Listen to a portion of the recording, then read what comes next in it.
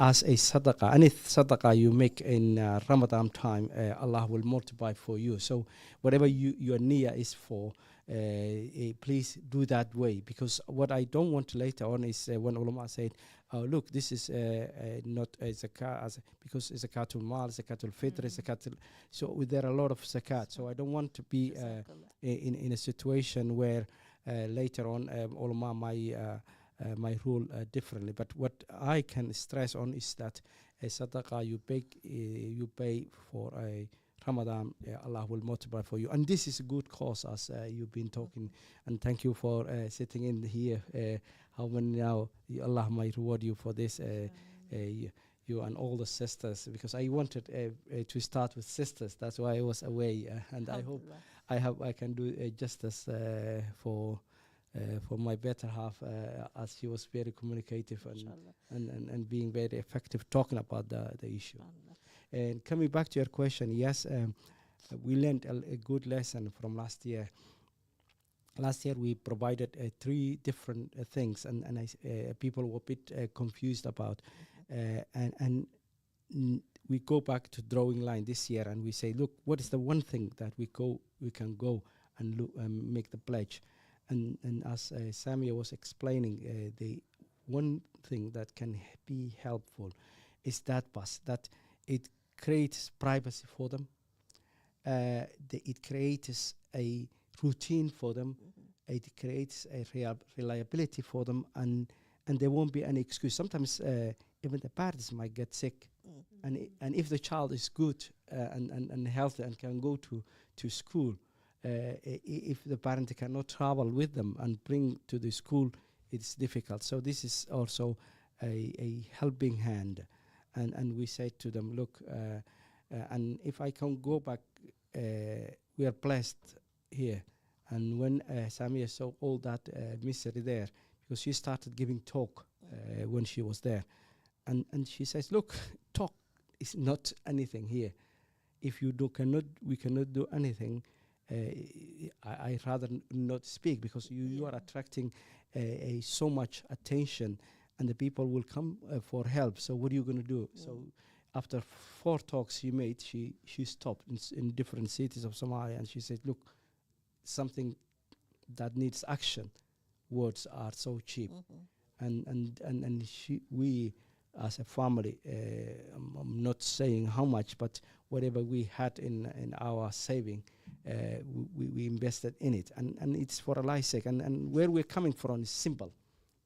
The blessing we have to share, and blessing like this is something that we are always saying we need sharing, and it's our people as well, because after all, you can create your own kingdom at the end of the day if your own people are not well enough to have at least a decent services, and that's how it came about. And it's also her dream, but at the time we were not ready. We were just trying to make sure that we put boots, and you are never ready in life, but it was good time. It is Allah's decree more than anything.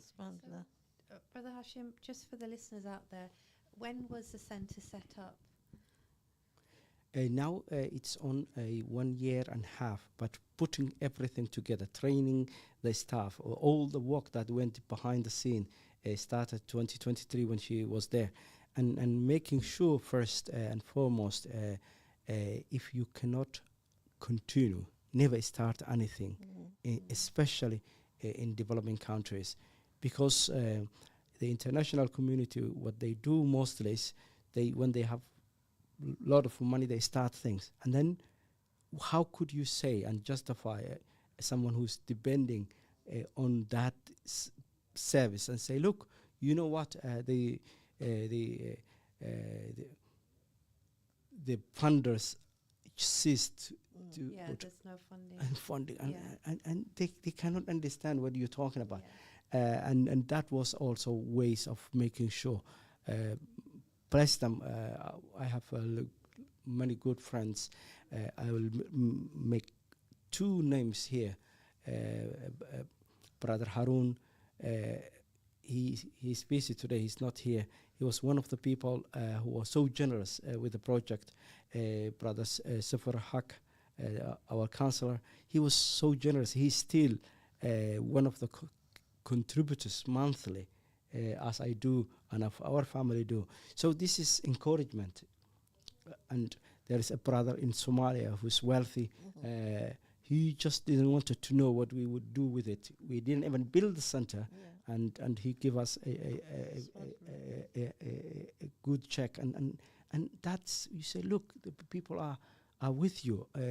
One thing that I always say is, even the rain is made of drops, and it all you need is the first drop, and then the rain will come. Inshallah. We pray for those first 2 drops to be a flood today. Yeah. Inshallah. And that's why we need everybody in that listening to wake up. It's already afternoon time, so I'm sure you've had a really good sleep. You've got up and you prayed, and you are now going to think to yourself, I need to do something really amazing today, and I want to make a difference to somebody's life. And that is exactly what you will be doing if you donate. It's not just for the bus, it's for the children that are going to use that bus. Getting that bus is a lifeline. It will make such a huge difference for them to get from A to B. We take so many things for granted, don't we, that it doesn't impact on us, but this is going to change their life, and this is what we want you to do. £20,000 is nothing in Leicester in the grand scheme of things. So come on, guys, just ring in. If you can't ring in, please, you could actually ring the studio, ask for the account details if you want to stay anonymous, and you can donate that way. But please contribute. It's such an important project. And like Brother Hashim said, the funding can't cease, because you can't start a project and then think to yourself, okay, well, we've got no money now, so we've got to stop. Think about the impact that has on the children as well. Yeah, being able to sustain that, because you create a dependency. And then if you take that away, that impact that has. So today we're collecting for a minibus to transport children to and from the Lifeline Centre, which is an educational establishment set up in Somalia by Brother Hashim and Sister Samia and their family, with the support of friends and some donors. This bus will help get children to and from that school in a country where there isn't the transport system we have, where there isn't the understanding and the awareness of particularly autism that we have and the impact that has. So Sister Samia, when she was on, was describing families being kicked off the bus because the child has had an autistic meltdown, or or children being abused verbally on the bus because they're different. And it's easier for the bus driver to kick off that family than to tell the others not to behave in that way. So, it's the safety, it's the reliability, all the things Brother Hashim just described. We're trying to raise £20,000 today. Inshallah, whatever you can give will be helpful and grateful and appreciated, and much appreciated. We've had somebody come in and drop off a bag of money at the studio, some coins and notes. We make lots of dua for them, and let's accept their efforts. Ring the studio, which is 0116 48222086, or you can donate on the text line, which is 077 488 55055. You can go on to the Facebook page, Radio Ramadan FM Facebook page, or the website www.ramadan.fm, where you can find more details of this project that we're collecting money for today. So anything you can give, pop into the studio. If you wish to donate in person, we'll be more than happy to receive any donations here. Brother Hashim, Sister Samia was saying you've got roughly at the moment 20 children attending the school. Having this bus, what will that mean in terms of capacity to support more families? The center has got a capacity morning and afternoon, more than 60 kids. Wow. And one of the impediment of the place is the buses, and no one can afford a taxi every day, because there are private taxis there as well, but they can't. The families that we're talking about, and as Sami was explaining, the public transportation as what it is, we cannot change. and it is difficult for people to reach there. The bus will not only help, but with resources that the center offers, it can be used effectively, and the numbers will increase simply because people are relying on this, and we can do it 2 times, because one is in the morning and the other one now it's empty as well. Nobody is using the afternoon sessions.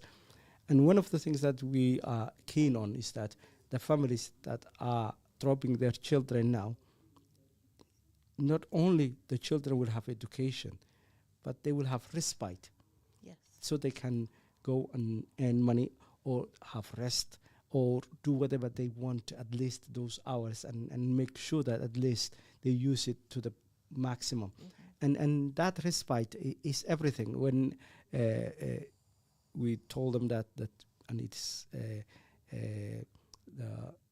everything, especially the education, stops that last 10 days of they were worrying, because they were saying, look, how can I explain the child that they should stay 10 days at home? And we were heartbroken. We couldn't say, look, there's no other way else to explain. And that's how it explains the... and we also helping every month. There is a workshop for the parents, because it's two-way walk. Yes. As parents, we find out that because some parents, even I take this opportunity to talk to all parents here in United Kingdom, you can't just rely on educational establishment. You need to continue the work they started, whether it is sign language, whether it is a speech language, whether it's picture exchange, so that you have to continue at home.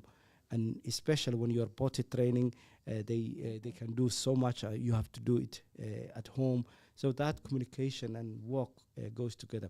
And in a place like Somalia, where there is no lot of information out there, making sure that the parents have the right information, working as a team, making sure that everything works together, especially in that environment, it's good. So monthly workshop for parents, and we pick up one theme, and sometimes we link up people here who are experts in making, and we're making the interpretation out there. So it is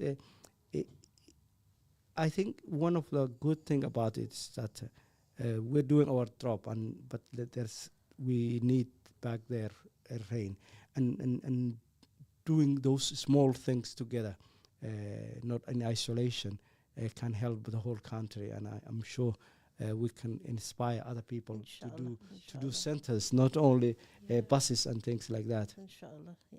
So having this bus not only will help to transport the children and the families already using the center, but will give maximum efficiency, because the school has capacity for 60 children. At the moment, there's about 20 children.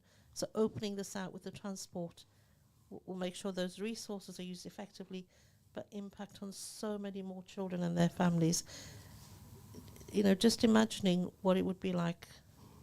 There's a lot of families out there. Brother Hashim himself has this experience. A lot of families caring for a disabled child, whether that's physically, whether they're autistic, whether there's learning disability, Down syndrome. You will know the struggles that you have in a country like ours, where we have all the facilities and support around us. It's unimaginable what families who don't have that, how they cope on a day-to-day basis. So having this lifeline is so important, and as Brother Hashim says, inshallah, if we can support in whatever small way we can to grow this and to support the capacity, inshallah, it inspires others to look to develop further across the country, different centres to support different families. Brother Hashim, in terms of your own experience, and if you compare it to the families there, what's that big difference? The big difference mainly is to do with the attitude and the stigma, and it's a lot that we need to change there.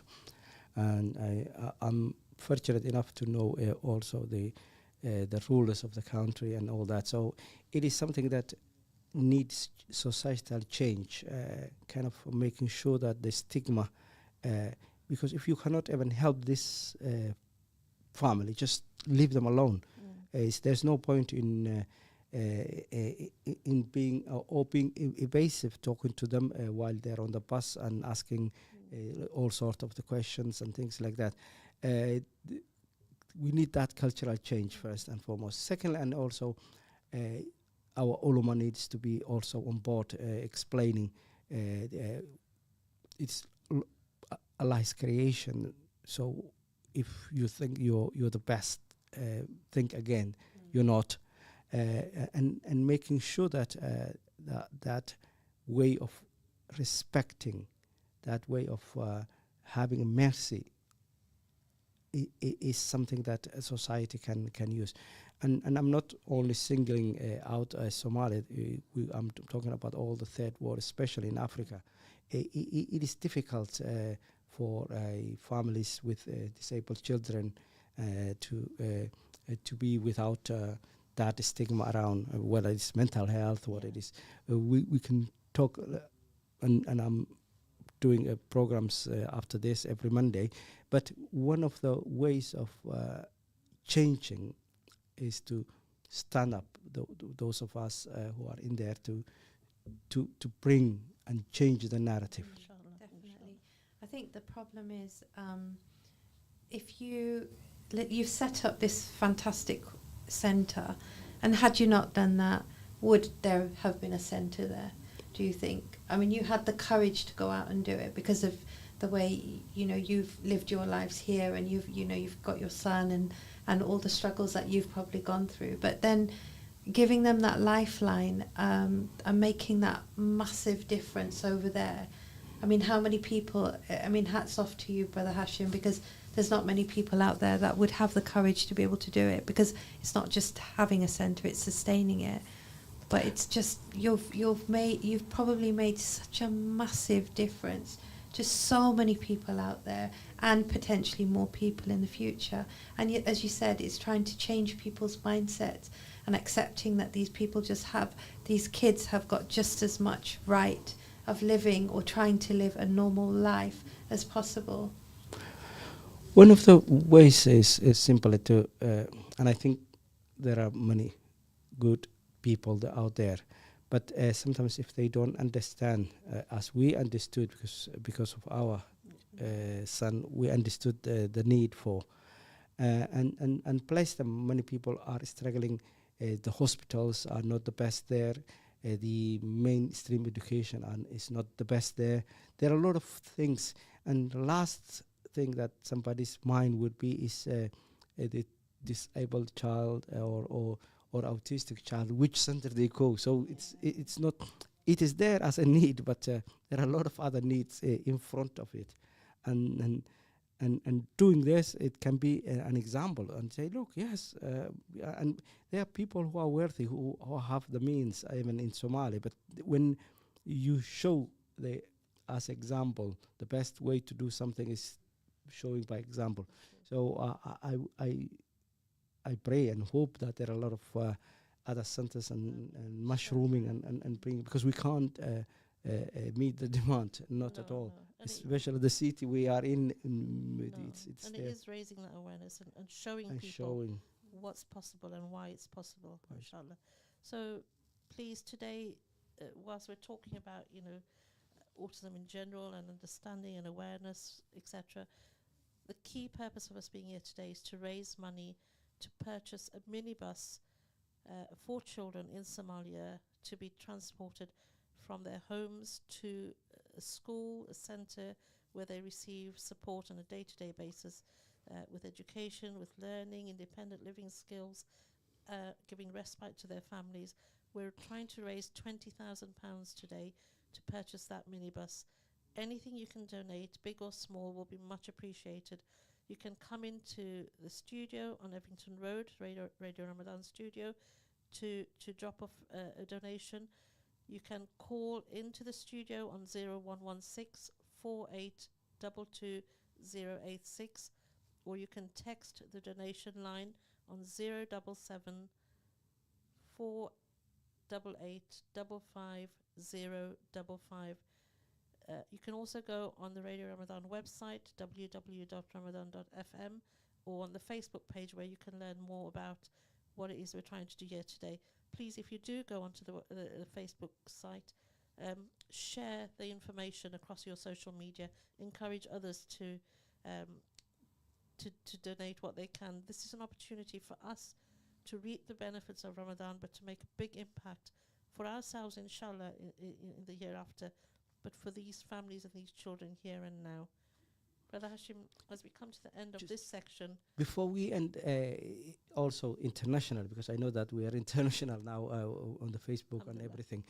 Please use the same number, plus 447748855055. You can WhatsApp and share your enthusiasm. Talk to us as well. Talk to the producer at the studio. And mainly they will lack text because they're very busy. So internationally, put 44, please. So 44 plus 44 77 488 55055. Assalamu alaikum. Expired.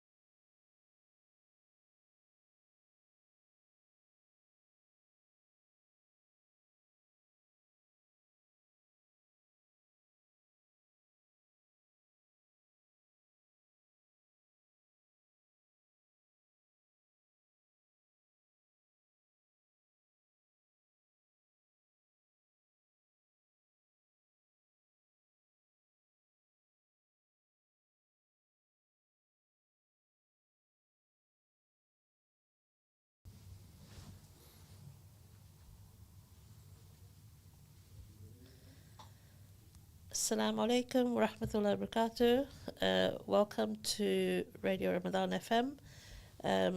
This afternoon, we're undertaking a pledge day for the Lifeline Hope project, a project in Somalia, which is a specialist centre for autistic children, for children with a learning disability, with various additional needs. And today we're hoping to raise £20,000, inshallah, to purchase a minibus to transport children to and from the centre. Currently, the centre has capacity for 60 children, but they have about 20 children attending, and a lot of that is down to the fact that children can't get there, that the transport is just not there. They don't have a similar transport system as to we do. There are private taxis, but very unaffordable for a lot of families that are impacted, and the families we'll be talking about today. And public transport is an issue as well, in terms of the understanding of passengers, the other passengers, the bus driver. We heard before stories about families being told to get off the bus because their young child hasn't been able to cope with the noise around them and maybe has had a bit of an autistic meltdown, and rather than supporting them, they've been kicked off the bus. So it's a real issue. Having this bus will enable more children to access the school and thereby enable more children and their families to benefit from the support they get, but it's also respite for families as well. And that respite allows families to be able to go out and earn a living. So really, really important. It impacts in so many different ways. For us, it's an opportunity to really take advantage of this blessed month and reap the rewards, whilst at the same time making a huge difference to the people in Somalia. So I've got in the studio with me Sister Habiba, and I've got Dylan with me as well. Dylan is currently co-chair of the Autism Partnership Board, is that right? Yes, for Leicestershire and Rutland, yes. Okay, and Dylan, tell us a bit about, so we're talking about this school in Somalia, where children may or may not have a diagnosis, but it's supporting children with additional needs, and particularly young autistic children. Tell us about the support you got. So when did you get a diagnosis, and then your journey from there? It's kind of weird because I've actually been diagnosed twice as autistic, and it's really quite complicated for some people. So I'll go into that a teeny bit more for develop how it impacted. Mm-hmm. But basically, when I was originally first put into foster care, it was known that I was autistic, going on the pathway. And I've spoken to a lot of people in my original adopted family about this. A lot of my siblings, they've all told me that they all knew from a long time ago. And it actually meant I was separated from my younger brother. We weren't allowed to be adopted together because it was deemed that I needed a lot more support. However, after I was adopted, my diagnosis kind of got hidden. It just basically completely disappeared. And I ended up going back into foster care when I was 9 years old.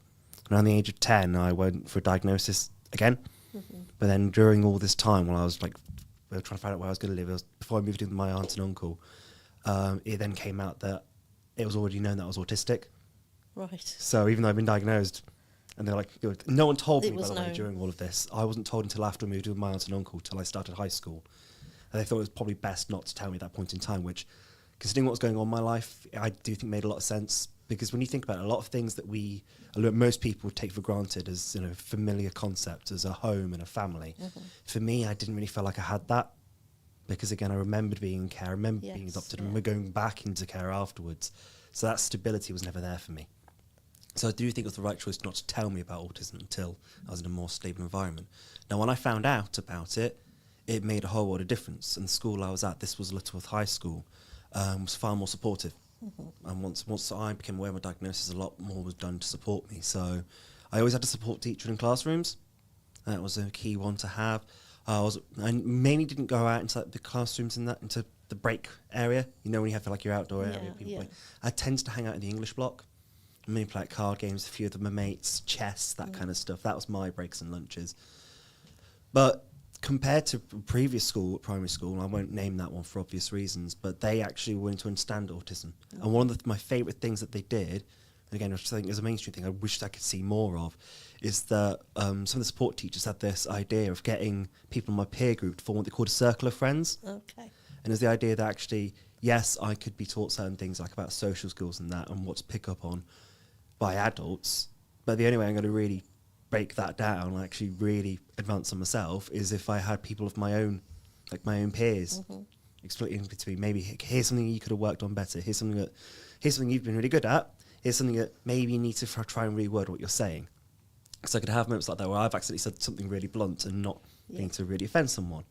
But again, what support teachers thought it'd be better for me, as I was getting older and older, to try and better intermingle with peers. And for me, that was invaluable. At the time I was at Lutterworth College, I didn't like having a support teacher in the room. I was trying to do everything I could to not have them around.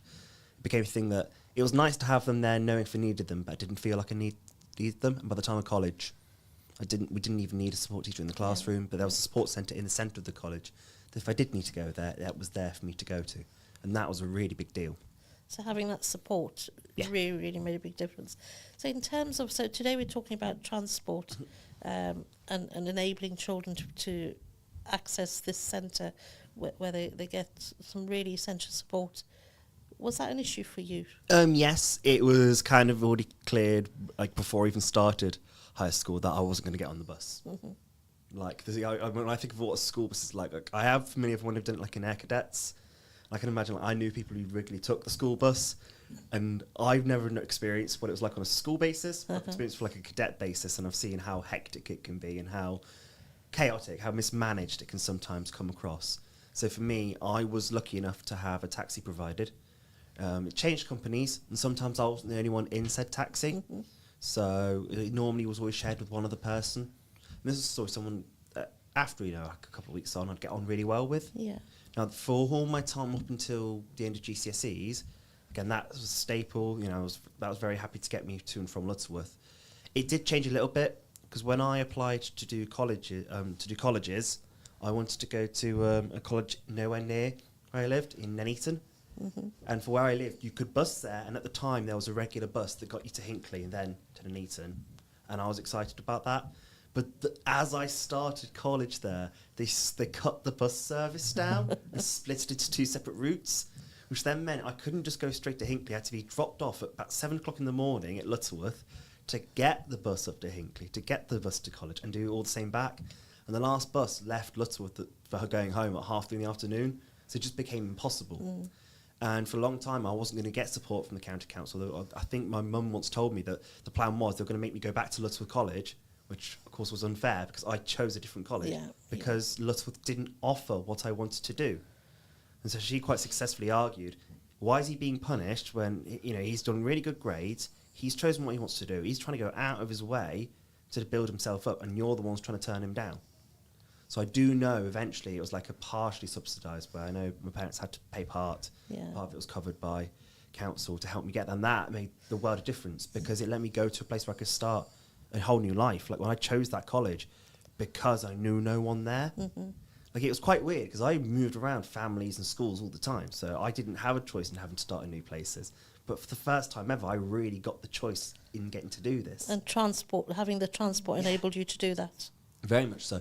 There was no way I could have carried on doing what I was doing, having to use the buses like that. Yeah. It was just impossible. So as a young person, because you said you had taxis to school and so forth, what would it have been like if you had to get on a public bus?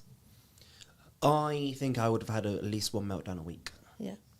There would have been times where I'd have tried to do everything I could to hide it. I mean, as long as I have things like headphones, over time I got better on.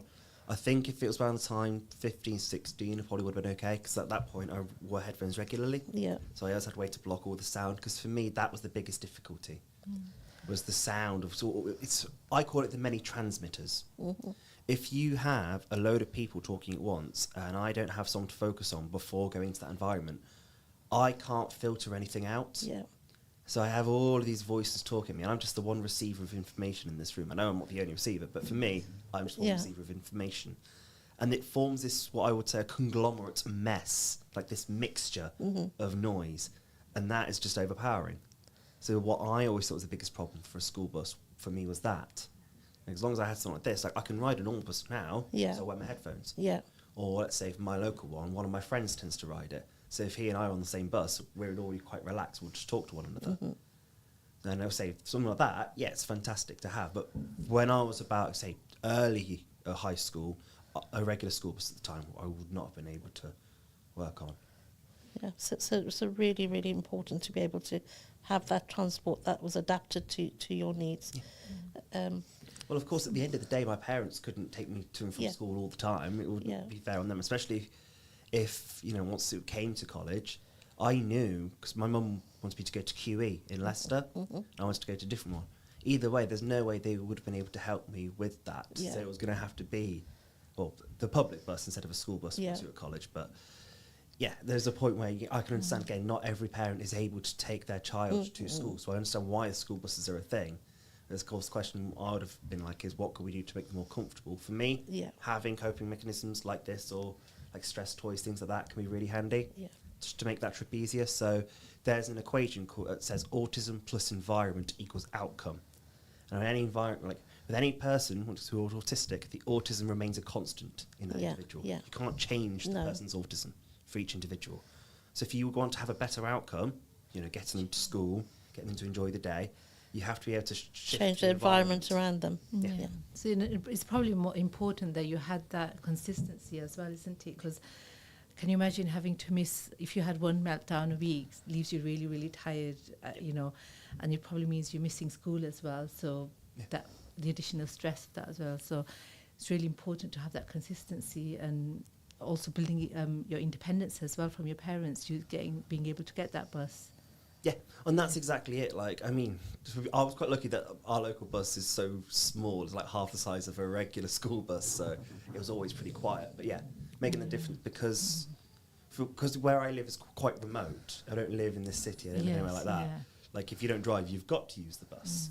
So you've got to build up a tolerance to it at some point. And it's really important to have these opportunities for everybody, making, you know, and in this country we're so fortunate that we have all these facilities, but somewhere like Somalia, you know, they probably have a lot more steps to take to get to where we are.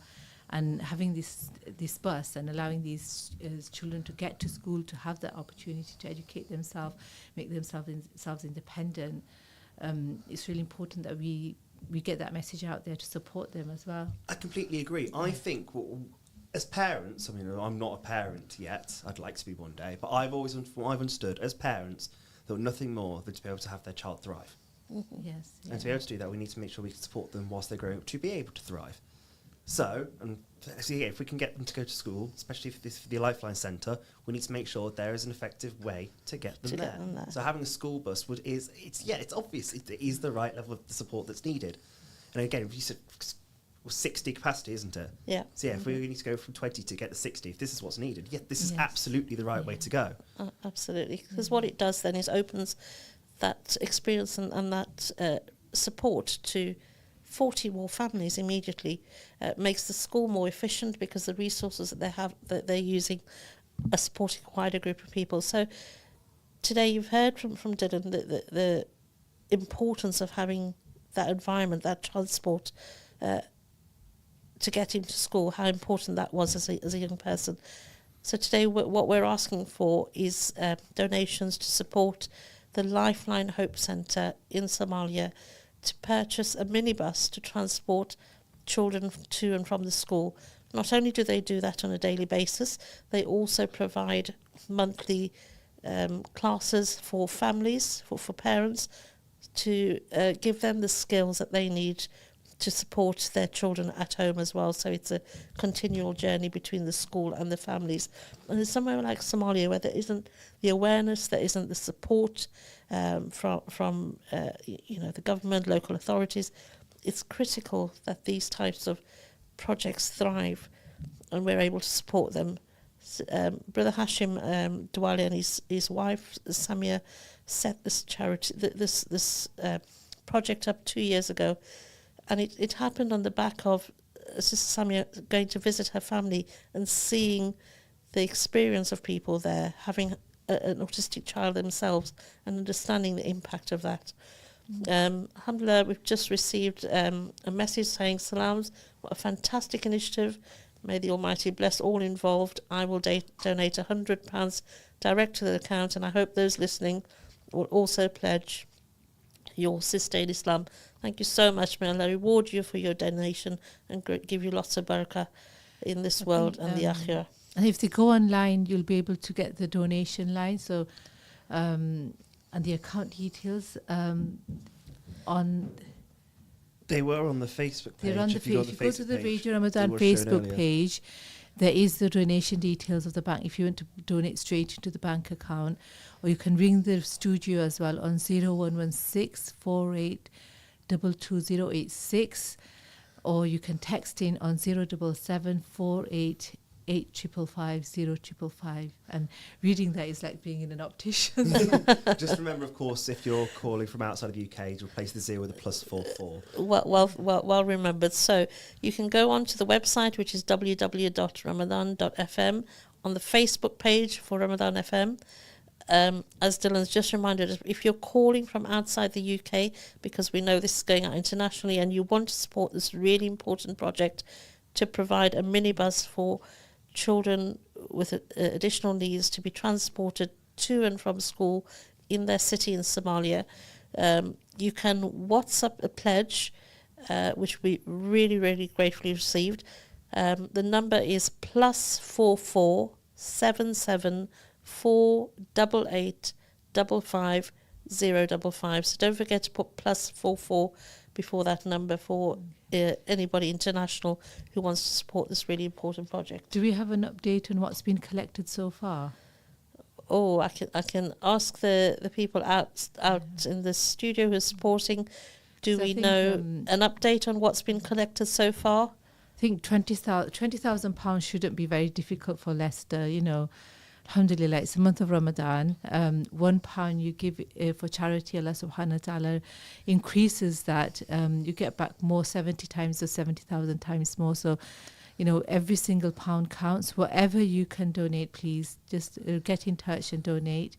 I think we've donated, we've received about... I'm just going to say, if it's like when you look at it as like a whole month, you'd be divide it down to about £600 per day over the month. Yeah. And if you think about it, for people coming together to raise, that is almost nothing. I mean, I can keep dividing it by how many per minute per second. Your math is let's probably not do much that. better than ours. Okay. But the thing is, what I want to add is the reason this is so important is like, yes, at the moment, it's going to increase the capacity of children attending the Lifeline Centre from 20 to 60. But that's just in the moment. Yes. But remember that every time we can bring new children in. That's right. And, you know, bring in that new level of support.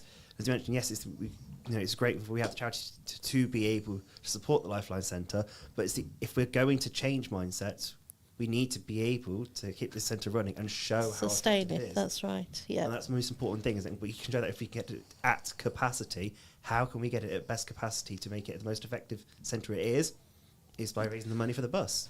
Absolutely. So we've been on air since 1 o'clock today, around about 1 o'clock. We've raised £300 thus far that we know of. People may have donated directly through the bank account.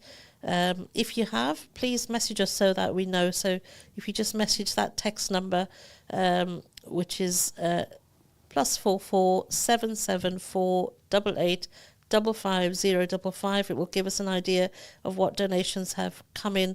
But please also go on the Facebook page, share the page with your family, with your friends, encourage people to have a look, to learn more about the initiative and to donate. So, Habiba, you are part of an educational establishment. In terms of the support for students who have additional needs, who are autistic or whatever it may be, what does that look like? It's really good. I mean, what we have is like Dylan said, you know, you needed that space. You know, at break time, lunch times, you wouldn't go out where all the majority of students are. So we actually have a room for our students where they can have that time. They're not in all that loud and hustle bustle noise. So they have a space to themselves, to regulate themselves, have that time out, for, you know. and it's really important for these students to have that place. So even sometimes, they have a supply teacher, and so the lesson's not running how it would normally run. So there's a change to what they're usually used to. So they might not be able to be part of that lesson. They have somewhere to go, and it's really important for them to have that, because if their day doesn't go how it's supposed to go, it's going to follow on to the next day. So it's really important that we try and help them to have that continuous attendance, because it's just causes a vicious circle, a domino effect of, if they've not had a good day, it's going to go to the next day where then they may not be able to attend. Then they've got work to catch up on, so they're stressing, and that can be Just in continues the to long run, impact. It can, really impact the education, where they do miss a lot of education, and a lot of them may end up dropping out. I know it sounds really, the end result sounds really drastic, but you're looking at the bigger picture. That is what the build-up can lead to. So it's really important to keep them in education with their peers, to get their independence as well, and ultimately having a better future, a better life for themselves. And the biggest thing, of course, is kind of what I was alluding to earlier. It's better to have it and not need it, and need it and not have it. Absolutely. And I say because, of course, as you kind of say, if it can just be like a domino effect. One bad day can lead to a whole. It could be the stress of not being able to catch up properly, and then it can be an overwhelm based on that. It can all start just from one thing. Again, sometimes things like I remember when I was in year 7, not long after I found out about my diagnosis, what my biggest meltdown at that school was. And I can remember everything that led to it going wrong. And the first one was the main teacher was ill. The second thing that went wrong is the backup teacher didn't want to do it in the main classroom, so she moved it. The third bit was she didn't tell my support teachers, so I had no one with me. The fourth bit was she put me in the back with kids that had been bullying me. And then you put all of that together, let that cook for about half an hour. And you've got a real meltdown. Exactly what happened. Yeah. So Dylan, we're talking about purchasing a minibus to enable these children to get to the school. What would it have been like for you if you hadn't had access to go to school, to get out the house? To not have that, I really would have struggled, truth be told. Like, I know I would have been able to probably get dropped in by my aunt and uncle if I was lucky enough, maybe a couple of days a week, but something they had their own work to do.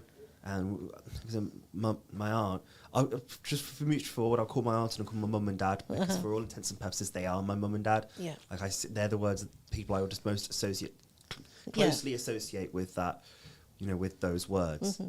But again, it's very complicated. Put it this way, I have 7 grandmothers. Okay. So when talking about family, you're very lucky. I've always said the most evil thing I could ever get someone to do is to draw my family tree. But again, there's something we used to go really far. One, like my mum would drive almost an hour and a half for commuting each day. So each day, each way, an hour and a half. Yeah. Like, there's no way she could do it. No. And my dad had his own business, and again, if he was on his way, he probably could have done one route. Yeah. But it would have been almost impossible for him to manage doing that. So having that in place made sure I could always go. And of course, if something happened, let's say when I had my meltdown where I was suspended, of course that had a major impact on them, being like, because I had to stay at home. What could they do to support? And I can understand that, because how you need to have something there. Like, otherwise, like, there's no way they could have done what they did. Yeah, Like, you need to have the fundamentals of just transport, which again, I'm so glad It's we're so here. basic, isn't it? But it's so important. Did you Well, just say most parts of the world, education's a right. Yes. Almost everywhere in the world. I think Yes. the UN's declared it a right. Yeah. Yes. But then, again, I would put, if it was me, you need to add access to education. access to Because education is one thing, but it's how can it be easily accessed Accessible. is the problem in itself. And that's, of course, the main part of today. Yeah. The education's there now.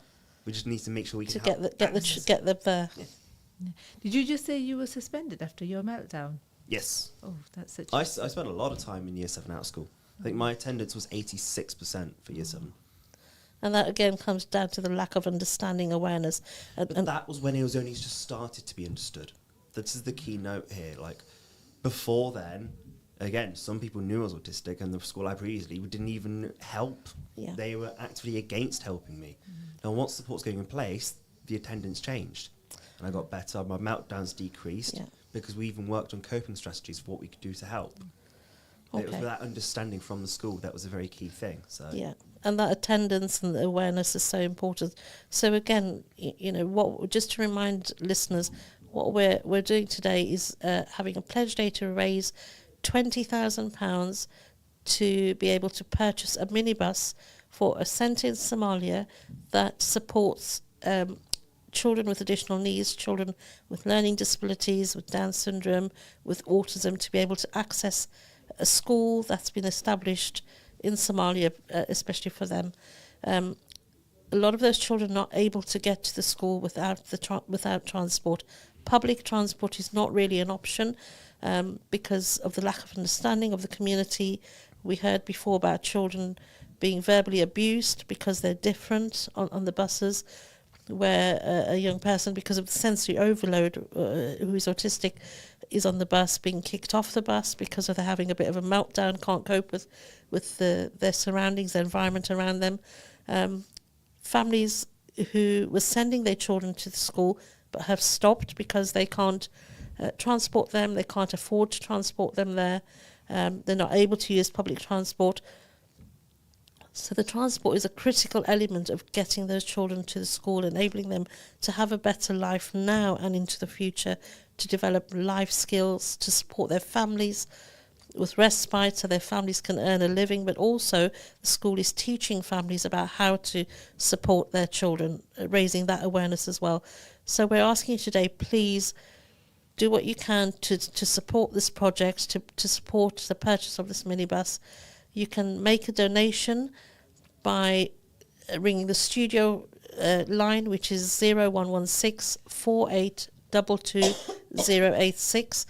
You can also WhatsApp or text on 077 488 55055.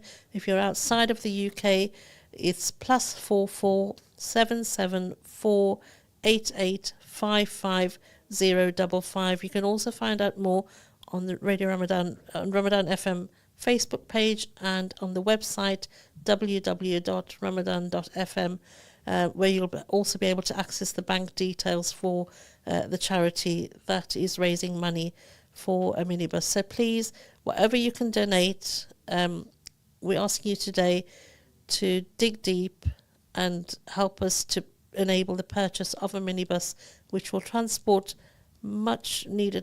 provide much needed help to transport children to and from school in the city of Hargeisa in Somalia. I may not have said that right, so forgive me, anybody from there who's listening. So we've got less than 10 minutes left. Please, callers, listeners, even if it's just £25, please text in, call in, or go directly to the donation page and donate, transferring to the bank account. Be really, really appreciated. You can also come into the studio, so Ramadan Radio Studio on Evington Road, where they'll be very happy to accept your donation in whichever way you want to make that donation. So please, really important, our pledge day today is Lifeline Hope, purchasing a minibus to enable children in Somalia to be transported from their homes to the school. And this initiative is so important because it enables them to get an education, to get the support they need, but enables their families to have some respite and actually to go out and earn a living. We're talking about families that are not well off, that are, before it was described when the sister from Somalia was on the phone with us, that some of these families are living in mud huts, where when the rain comes through the roof, that they're not able to afford the transport, even if they want, even if it was accessible. So this bus is really, really important. And at the moment, the centre caters for 20 children. It has capacity to cater for 60. Having a minibus will enable more children to access that centre. So greater support for them and their families. And as Dylan said before, it's 60 children now. But if we can sustain the project, it's 60 more in the future, and so forth and so forth. So anything you can do to help today is going to be really critically important. Just want to kind of add a little bit of just another reason why this is so important is when we look is how different areas of the world see autism. Like I know, especially in the UK, like we've become far more accepting of understanding autism. But I can think even 15 years ago, the world's leading autism charity is considered by many people a hate group now. If you ask a lot of the community in the UK what they think of the number one charity, they don't like them at all. Yeah. Because it's all about parents trying to find a cure. It's not about actually showing that love and understanding and embracing. But if we're, again, I know a lot of people, myself included, we want to change that. We want to make it so, you know, autistic people have a right to be themselves. What can we do to make life easier for autistic people, make sure they can have good access to education? And as you said, the extra benefit that can provide to the families as well is even better. So this is not just about, again, this is far bigger than just a bus. And this is the one thing I think why I'm so happy to be part of this and why I'm going to be making sure we do a few requests to get pledging in. It's because it's more than just a bus. This is about supporting children and, you know, going down the line, tackling that stigma. So if we can show that actually, you know, these kids can get support, they can have the education they need, and even potentially, you know, do so many good things from the result. Because someone like me, if I looked back to where I was when I was 9, there's no way I'd been able to hold down a job, be able to look at going to university, anything like that. I know people were telling me there's no way I could do. But because that love and understanding and that support was put in place, it's given me the chance to do those things and to enjoy doing those things. So and again, this is just a component of that, but it allows so much. And if we can start again, if we're going to the whole point when I first met Hashim, and he started talking about why he set up Daryeel Autism, about tackling that stigma of autism within communities, this is another way we can go about it. By keeping that centre fully, you know, keeping it fully operational, functional, showing how good it can be, you know, working with children, seeing how they do, especially once they move on to adult life. And of course, the more it shows it succeeds, the more children can be supported, the faster we can tackle that stigma, not just in education, but for things like employability, things even like living independently further down the line. Again, we're only talking about one bus today, but the goal is so much bigger. And that's why it's so important. We've got the last 5 minutes left, and I'll just appeal to all my brothers and sisters out there listening to please support this charity. I think maybe you might be a family who have autistic children, or you know, you might be autistic yourself. Just think about if you didn't have that support. Like Dylan has just said, you know, you wouldn't be functioning as you are able to. In this country, we have so many facilities, alhamdulillah. And I think like Dylan has said, it's breaking that stigma and those barriers across the globe. So, you know, and in these countries, they don't have the support from the authorities like we do. And, you know, we're so fortunate that it's £25 is, you know, it's less than a shopping bill for us. So please, you know, alhamdulillah, we've had a donation for £200 for the bus in Somalia from a sister called Nasrana. May Allah reward you immensely, because, come on, these are the kind of donations that we need. As anything that you can give, we're going to be helping these students, not just today, but for their future. As Dylan has said, you know, just imagine what we're opening up for them. You know, they'll be if everything they go out to do, function, hold a job, help other people. Inshallah, we'll be counted in that reward as well. So that's what I'll appeal for today, inshallah. I mean. So I just calculated it. When we're doing the share price, it says £25. So that's 800 people. So if 800 people were able to put in £25, we'd smash the goal. And 800, when you look at, like, especially somewhere like Leicester, you know, where we're over well over 330,000, it's not even 1%, it's not even like 3%. Right, so I'm sure we've got more than 800 listeners. So if all of us, £25, come on, we can get that done in less than an hour. So we've got Dylan here who's calculated that very quickly. To raise the £20,000, £25 by 800 people will do it. We've got just a couple of minutes left in this segment of the show today. So a reminder, we're asking you to please donate to help Lifeline Hope purchase a minibus in Somalia, which will help them to transport children to and from school.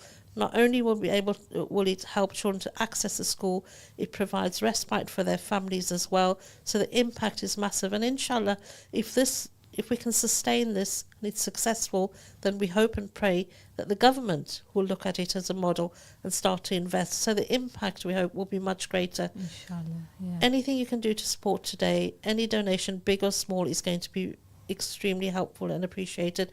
But as we've said, 800 people pledged £25. We inshallah will collect the £20,000 we need today. So to remind you to donate, you can contact the studio line on 0116 4822 You can WhatsApp or text message to 077 488 55055. You can go onto Ramadan FM Facebook page and also onto the website Ramadan FM.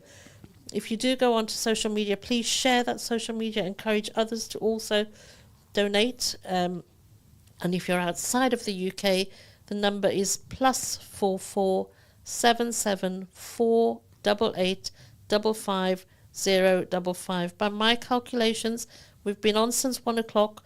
We've raised about £500, although there may be some that's been gone straight into the bank we're not aware of. We can do better, inshallah. Let's really dig deep as we approach again soon, inshallah, the second iftar. Let's start off Ramadan in the way that we mean to continue, by reaping the benefits of this beautiful and blessed month, and particularly in these 10 days of mercy. It's a small donation will make a big impact. Yeah, absolutely. Like I said, that's why I said the way I looked at it that way is like, again, I always enjoy the maths. I was trying to do it per day. I went, actually, no, per day doesn't make sense. Do it per person. Yeah. How many people that way? Yes, yeah. And like you said, it's such a big city. Yeah. And I'm sure we have lots of listeners as Well, well. internationally, Internationally, yes, yeah. That's right, yeah. So we've got 1 minute to go. Let's see how many donations we can get in. Please call in, text in, or donate directly to the bank account. If you have donated directly to the bank account, please send us a text that you've done so we can keep a record of how much you've collected so far. And if you're in out and about, you can pop into the studio on Evington Road, where we'll be very happy to receive your donation in person. And, whether you want to donate anonymously or not, that's entirely up to you. But please think about the impact that your donation will have for children in Somalia who have special needs, additional needs, and their ability to access a school that will make a lifelong impact for them and their families. So again, please call into the studio or text or go online and donate as much or as little as you can. We are trying to raise £20,000 today to purchase a minibus in Somalia, and just £25 a person for 800 people will enable us to do that.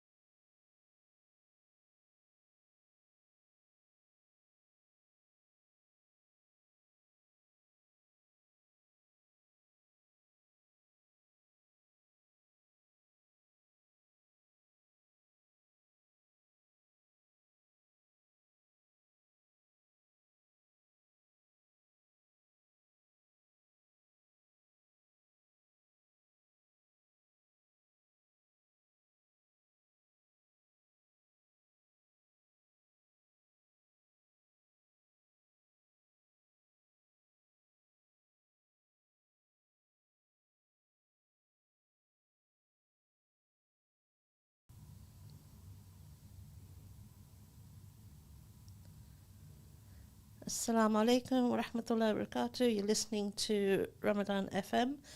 This afternoon we are collecting money to fund a minibus in Somalia.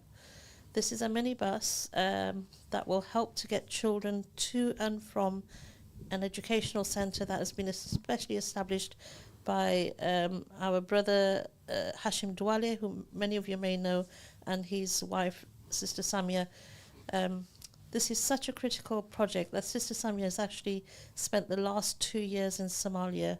She went to visit family members and saw the desperate need there, and together as a family they pooled their resources with friends and family to set up a centre to support children with disabilities, so learning disabilities, autism, Down syndrome, to support them and their families, to enable them to access education, but also the opportunity to learn independent living skills, to get support with speech and language therapy, and all sorts of those kind of things that make a real difference, as many of you here will know if you have children or family members with additional needs. That support just isn't available there, so Sister Samia saw the desperate need and set up the centre. The centre has capacity for 60 children. At the moment, there are 20 children attending, and a lot of that is due to the inability to get to the school. So transport is critical in enabling that to happen. Not only does the centre provide that educational support I talked about, but it also provides respite for families, for parents, enables them to go out and earn a living. These are families from many areas that are desperately impoverished and need that support. So not only is it awareness for the families, they offer training for the families, and they also provide that exactly what it says, a lifeline. So inshallah, please, we're asking you today to donate as much or as little as you can to support the purchase of a minibus that will enable families to send their children to school and enable them to have the respite they need. So anything you can afford, big or small, will help. We worked out earlier that if 800 people donate £25, that will actually enable us to achieve the £20,000 that we need now. We've had some donations come through, and we're grateful and really appreciative of those donations. We ask Allah subhanahu wa ta'ala to reward you in abundance in this world and the akhirah, inshallah. Ameen. So please dig deep, go onto the website, Ramadan FM, on the Facebook page. If you want to donate, you can call the studio line on 0116 4822 You can WhatsApp on 077 488 55055. If you're international, you need to put +44 before that, so that's +44 77 488 55055. And if you're out and about, you can actually drop off your donation at the studio on Evington Road, where it will be gratefully received, inshallah. I have with me Brother Hashim, who's one of the founders of this project. Brother Hashim, I've talked about the minibus, but what is the importance of it? Before I need to thank a child. I just dropped a small bag with the coins, and he just ran away. I'm sure his parents were downstairs, and they wanted to be anonymous, and that's really one good gesture. And I thank everyone. We are on Evington Road. Just say hello. Come on and meet us. Call us. Anything. Just your du'as is enough sometimes. And please, anything. It's not little. Like that child. A few coins he brought. Alhamdulillah. It's put a smile on my face. As you said, and Samia was saying earlier, even if you put on good services there, if people cannot reach, there's no point. And that's another thing that frustrated us. And the parents told us, yes, we would like to come, but if there's no transportation, we can't think even of it. And that's something that really puzzled us in the past, and it is more than upper capacity. We wouldn't come to the people and say, look, help us here, if we had deep pockets and we would have put it just like that. But the reality is that we need the Ummah, we need our people. And I think if we come together, the amount we're asking, it's not that much. It's 20K, and 20K, as you said, if we divide, my math is not good. Help me. Dylan did it. So Dylan did it. Yes. If 800 people donate £25, inshallah, that will be our target. You see, and that's and I will ask him when he come back again to reduce the amount and increase the people. So at least that way we can reach. But we have before the Maghrib, and I think one of the targets for us at least is this before the Maghrib. We can raise that money. If we can't, so be it. Allah's will. But what we need you now to do is to please. There is no little. There is no much. Simply as much as you can, as little as you can spare. Just drop here or use the numbers on the screen that you can see. If you cannot see the number of the screens, you can call the studio and they will give you all the details you want. It's 0116 48 22086. That's the number to call at the station. Also, there's a WhatsApp number and SMS. Both you can do it whichever one you like. If you are in United Kingdom, you can use 077 488 50055. If it is international caller that you are, and because we are live in many platforms, Facebook, YouTube, TikTok, please, and I say hello all the TikTok viewers because the number is growing, as they were telling me.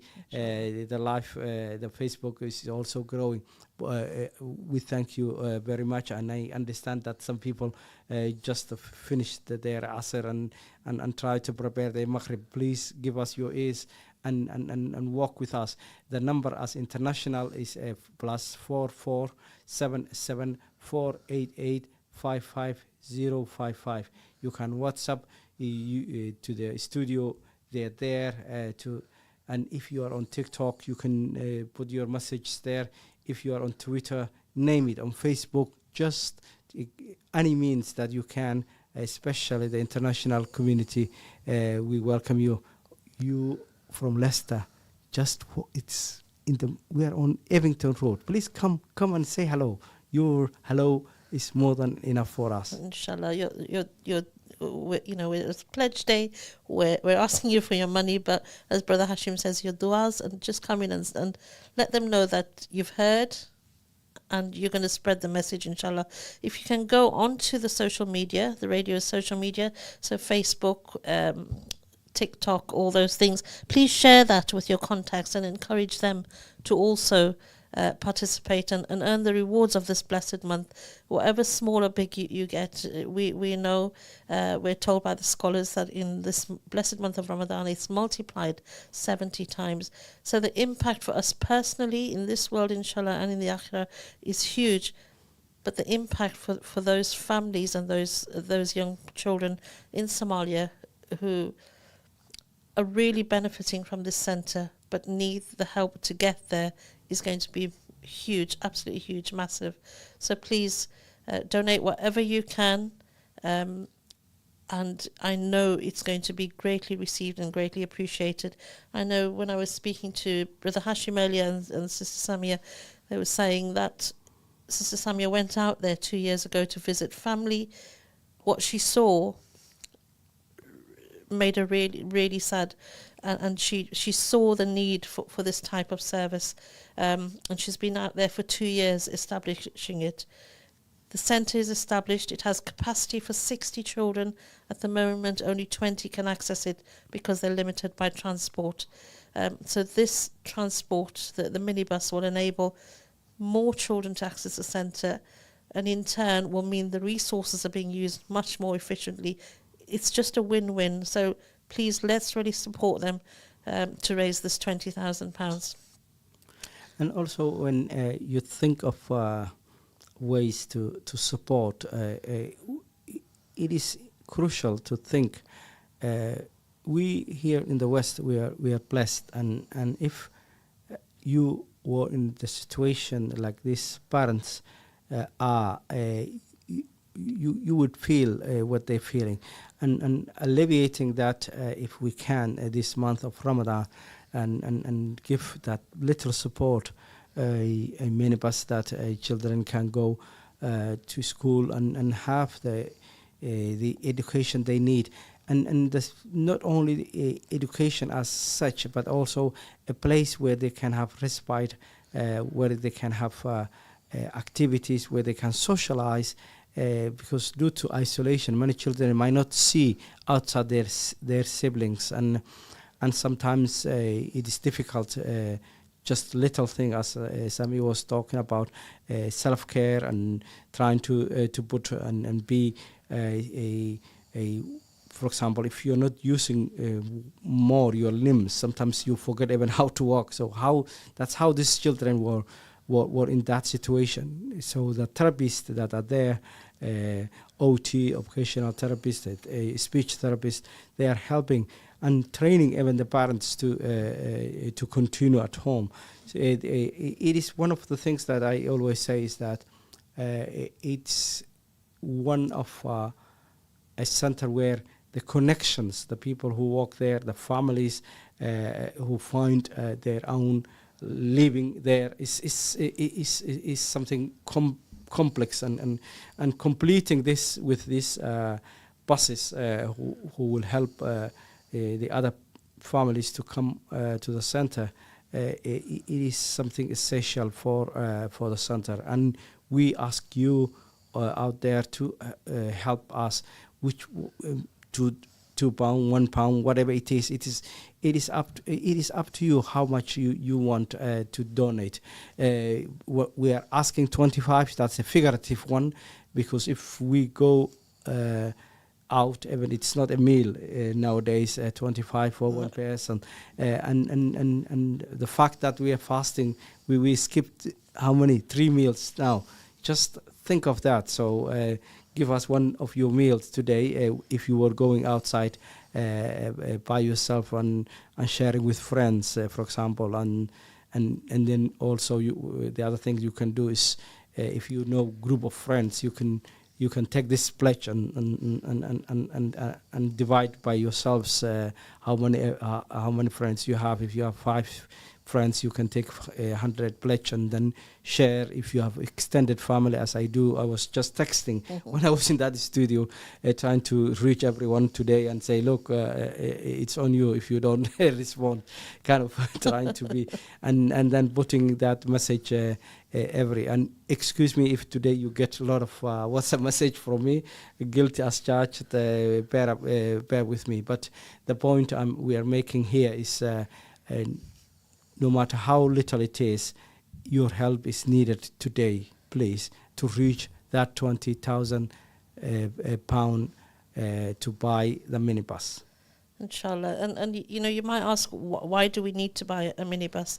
The fact of the matter is that, currently if you're in this country, if you've got children in school with additional needs, special needs, transport is often available. The fact of the matter is the public transport system is not as it is here. It's unsafe. It's difficult for families with children who have special needs to travel on public transport. They're ridiculed, sometimes kicked off the bus. Having autism and being in an environment like that, which is noisy, can cause meltdowns. And again, people don't understand that. So families have been removed from the buses. There are taxis, but they're not affordable. It's just not accessible. We need to be able to support as many people as we can to access this centre. And inshallah, if we can help this to succeed, we hope and we pray that the government and others will see what this can do, and be inspired to spread this kind of activity across the country. Much needed, desperate situation there.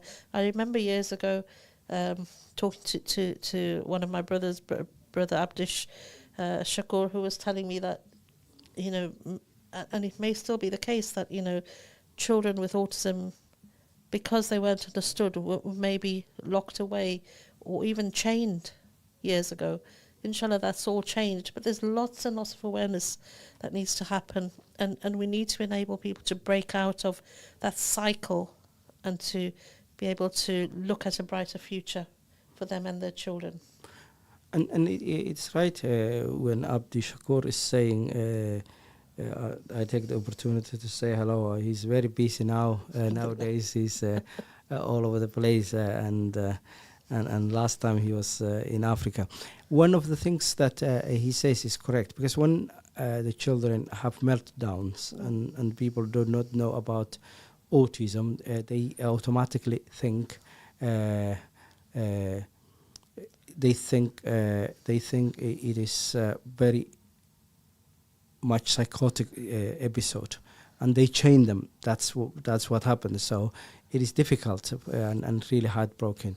There's a question, and I answer this question with honesty. Yes, it can be paid by as zakah as acceptable, because the cause it does for the ummah is that it will be part of that purchase of the bus, and when the bus is helping those children, it is doing good deeds. And I think I'm not a scholar in a subject, and I definitely ask when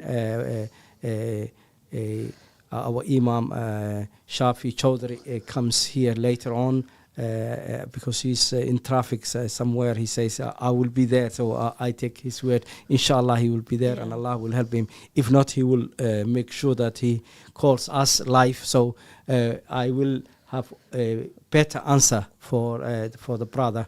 But what I can do, what little I know, is that looking into generally the money, if it goes to that, and it will go to that, but inshallah will help needy children, and that is for us something that we can assure the brother who wants to pay this as a zakah. Yeah, so and I think earlier when I was speaking to Sister Samia, she was telling me about the impoverished conditions of a lot of these families, but a lot of the children are orphans as well.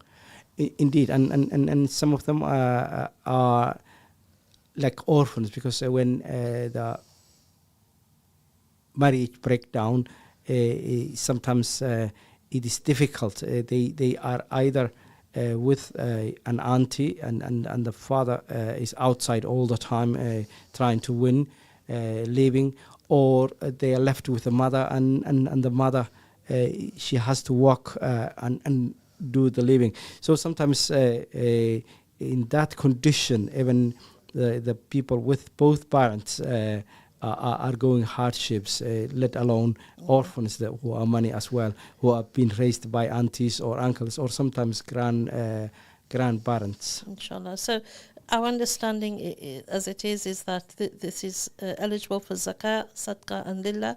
We will confirm. What I would say, if you're going to make a donation, if it's zakah, just make it clear that it is, so that we can have a look at that. And Sheikh Shafi, inshallah, will be in later, or will call us, and we can absolutely confirm. But our understanding as it is that it is zakah eligible. So what we're asking for today, again to remind you, is to help us to purchase a minibus in Somalia to help children get to and from an educational centre that is providing essential support and enabling them to develop lifelong skills, not just for the children, but for their families as well, providing respite for those families, also providing training for those families. So once a month, families come to the centre to learn skills themselves, and again that involves transporting them there and back, but that helps them to continue that journey that started in the school, in the centre, into the home, So, and altogether making it a partnership and helping them to support their children, but also many will have other children. And I heard before when Sister Samia was on about some families with not just one disabled child, but maybe two, and the impact of that is unimaginable for somebody like me sitting here in a studio in Leicester. Let's do what we can. As I said, the impact for us is going to be enormous, inshallah, but for them, here and now is so important. So we're asking for you to donate towards £20,000 to purchase this minibus. And to reassure the brother who was inquiring about this zakat, even if Brother Shafi says that this is not, I will make sure that whichever amount he donate, it can go to a family that's orphan to this as a zakat. So either way, I can assure the brother that his money will go. And a brother donated £100, and Jazakallah, Allahu Akbar, Allahu Akbar. Takbir! Allahu Akbar! Allahu Akbar. Alhamdulillah. So, and Alhamdulillah, I think it's been cash that's been brought into the studio. So we have the numbers to donate on. You can go on the website, Ramadan FM. You can go on the Facebook page to get details. But you can also come into the studio on Evington Road, as somebody has just done. Brother Akil's just waved the money at us, so we know it's coming to the studio. And the good thing, sister, he didn't want it even to be mentioned. I could have seen him from the screen there, and he wants to be anonymous. MashaAllah. MashaAllah. May Allah reward you and everybody else who's donated today abundantly in this world and in the akhirah, inshallah. Give you barakah in this world and in the akhirah, and make it a means of relief for yourself, but also for those families that we're talking about today, inshallah. So we've got another 23 minutes left of this segment. Let me do really. He touched my heart. Okay. This brother who he didn't want it. Allah might reward you for your good deed, for your generosity, and really, may Allah accept your contribution and multiple. It is reward for you. Really, it is heart breaking and in a good way. I can't. I'm holding my tears just to. I was just seeing the brother. He didn't want to stay anymore, and he just left. Jazakallahu khair. And you were saying, sorry if I interrupted you. No, mashallah. Anybody who has donated today, whether it's anonymously or not, we are immensely grateful, and we pray that Allah Ta'ala accepts your efforts, your donation, and multiplies it. We're told that, in this blessed month, the month of mercy, in these 10 days of mercy that we're in now, our good deeds are multiplied 70 times, and those that are not so good, Allah SWT in His mercy doesn't multiply those, alhamdulillah. But our good deeds are multiplied. So let's reap the rewards of this blessed month. Jazakallah khair again to the brother who's just donated the £100.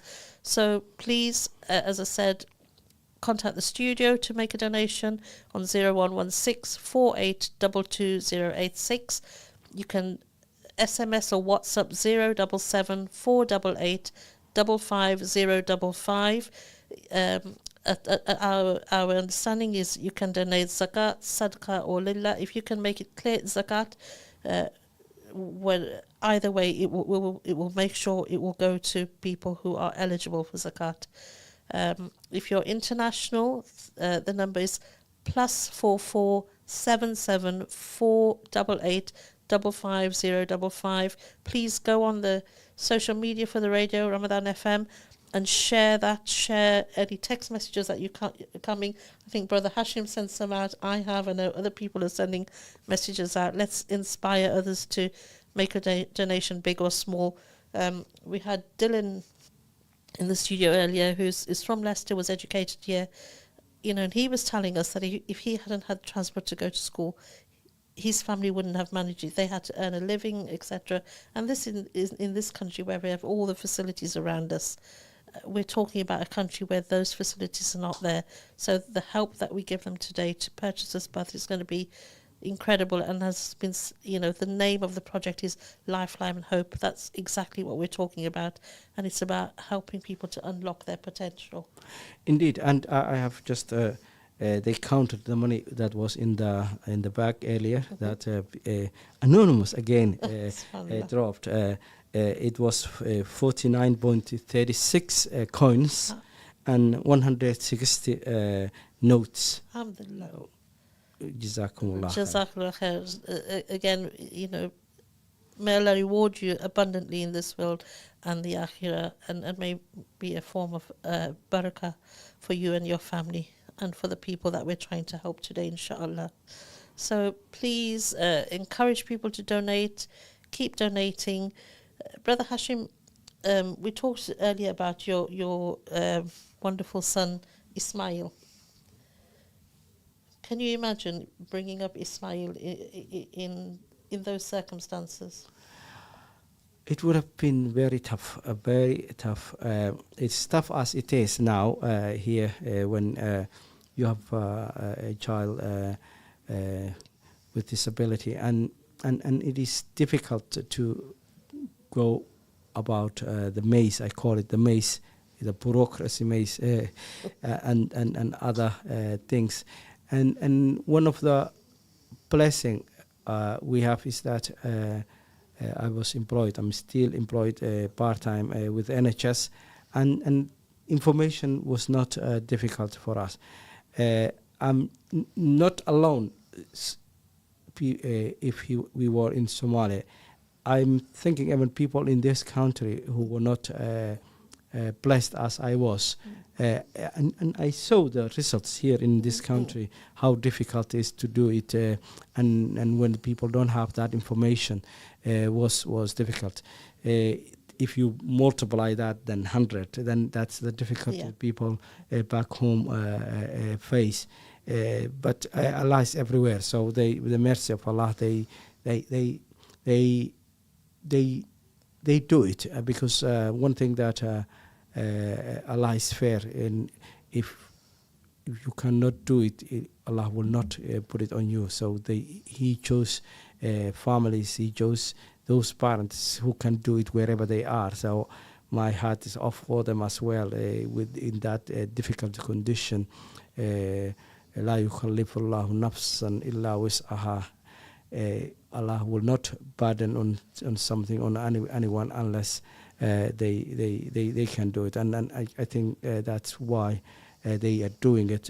Yes, it is difficult. Yes, it is harsh, but with iman, and if you cannot see the smile of their face, even if you go there. I just came back from Umrah and went through Somalia. That I visited some of the families. Mashallah, it's contagious. You think you are very in difficult and you mourn about it, but I advise people to go out and visit elsewhere, so they will come back recharged, because you will think, oh no, I don't have nothing. When you see the real hardships that people go through, and that's something I advise myself and others to do it. Instead of going holiday, just try to go. It is different holiday. It's for your mind and soul and spirit to do that, and make sure you. So what I was saying is, it is difficult, but we can help them. Inshallah. That's why we're here today. I take this opportunity to say hello to all the people who are watching us live from TikTok. Please, if you cannot even donate directly here or the TikTok, I don't understand much how it works. Make sure you share the screen, you share in your platform, and then many people who see can come back. And also people on Facebook, I say hello to them, and also people on YouTube live. This is radio Ramadan Radio FM. Please make sure you subscribe to them and make sure you follow them, because they are doing a good job. And one of the things that if we Ummah don't follow those platforms, they won't grow much. So I take this opportunity also to make sure that anyone today, A, share the news, B, be generous as much as you can. C, if you are in Leicester, why not visit us? Inshallah. This is about collective action. Let's get together and make a difference here. Big or small, any donation we welcome. You've heard about the impact that it has on families. You've heard about what it would be like without that kind of support. We want to maximize the capacity of the school by enabling more children to be able to access it. We talked earlier before about some families whose children were accessing the school, but it stopped because of the transport issue. Transport is critical in those circumstances. The children are not able to access public transport. Taxis are unaffordable. This is one of the only ways of getting those children to the school, them and their families, and making such a big difference.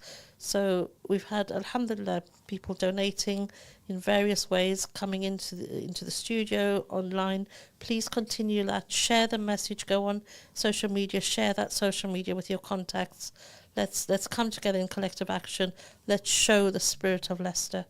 We know we are renowned for giving, and let this be one of those days where, again, we will deliver. So to donate, please, again, the studio number is 0116 4822 086. WhatsApp 077 488 55055. If you're international, remove the 0 and it's plus 4477 488 55055. Today we're aiming to collect £20,000 to enable the purchase of a minibus to transport children with disabilities from their homes to a school in Somalia. I can't remember the name of the city. Hargeisa. Hargeisa. I nearly got it right. And I said Hargeisa, I think. So, city in Hargeisa in Somalia to enable those children to get to the school and back, and to maximise the capacity of the school to be able to support more and more families, and inshallah inspire others to set up similar projects. So we need to purchase a minibus to enable many more children and families to benefit from the Lifeline Hope Centre in Somalia. So please, whatever you can donate, we're asking you humbly for big or small, anything will help. Indeed, and Sister Yasmin, she's in that chair since 1 o'clock today, and Jazakallah khair. Please make dua for the sister first and join me in that. Secondly, it is that altruistic. She knows that we are short of volunteers today, and she cancelled all her programs and to be here with us all day. And really, I thank her so much. One of the dreams that we have as a family, now we're talking about one city. What our aim is, and is if we get the help of the Ummah to open a center each big cities of Somalia one by one. That's we have the blueprint now, we have the know-how, and we can just propagate that project in many places as possible. And that's one thing that we are having in mind, and hopefully, because there are a lot of cities that don't have the services that this center things, and hopefully we will success, and we will share that good information with our friends here in Leicester and on FM when we come back next year, inshallah, or any other time, because FM is not only the Radio Ramadan here, but it's a whole year place. You can go into DAB 9B, and also you can go on to www.ramadan.fm. It's whole year, so it's not only Ramadan radio as this month, so we will update you on that one.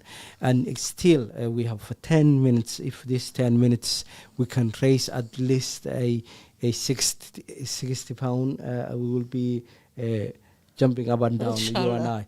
I. So all you are there listening, please. And also, we will because our treasurer is away today. He's a doctor, by the way, and walking front line. So he couldn't Alhamdulillah. find someone helping. He's the only one access to the account that you see on the screen. And my Allah protect him when he has time. I will ask him. I'm pressing. Just text him, please. Can you update us how much is the with them? But whatever it is, Alhamdulillah, we are very grateful, and still we ask people to do. We have 9 minutes left. What are you saying to encourage people to reach that 60 pound at least? Inshallah, go out, message your friends, tell your friends, your family about it. Get together if you want to pledge a certain amount. Get together with friends and family, and each of you donate £10 or £5 or whatever it is, and anything is going to be helpful. We've been on, as Brother Hashim says, since 1 o'clock. We've got until iftar. We really, really want to push this in the last hours before iftar. Let's push this and spread the message as wide as we can. Alhamdulillah, very often we come on to, we have these pledge days that are collecting for really, really good causes, for establishment of projects that support people with addictions, with in poverty, masjids, people abroad who are, our brothers and sisters who are suffering from war and oppression. But all these are really important and really vital. But this is a small project in that grand scheme of things, and a modest amount in that grand scheme of things as well. £20,000 will make a huge difference to the families and the children in Somalia, in the city of Hargeisa, who need access to the support that the Lifeline Hope Centre is providing to them. The only way they're going to get that support is to be able to be transported there. So this minibus is a critical element in that. And we're talking about 60 people now, but if this can be sustained, it will be 60 more and 60 more, inshallah. We pray for their success, and we pray that Allah subhanahu wa ta'ala changes the condition of the people in that city, so that they can access a lot more. But for now, please, we're asking you, please, to donate towards the purchase of a minibus to enable children with disabilities to get to a school to access the vital support they need in Somalia. You can contact the studio on 0116 4822 086. You can WhatsApp on 077 488 55055. Go on the social media for Ramadan FM. Share that social media. You'll find all the details about what we're doing here today on the social media. That's Facebook, Instagram, TikTok, all the various platforms. Share that. Encourage people to donate. We really need your donations today. As far as we know, you can donate sadaqah, zakat or lillah. Either way, we will make sure that money goes to people that are eligible for it. And within this project, not only are we talking about children with disabilities, many of them are orphans. Many of them are living with single parents, mums, who need to earn a living, and we know how hard it is in a place like that. We heard earlier about a father who had a small market stall, 2 disabled children. That was their only income to put food on the table. That market stall was recently destroyed in a fire. He has no means of providing for his family. Enabling those children to get out and get to the school, providing him the space to look for something to earn a living is vital. This has an impact on so many levels. So please dig deep and inshallah donate whatever you can and spread that message.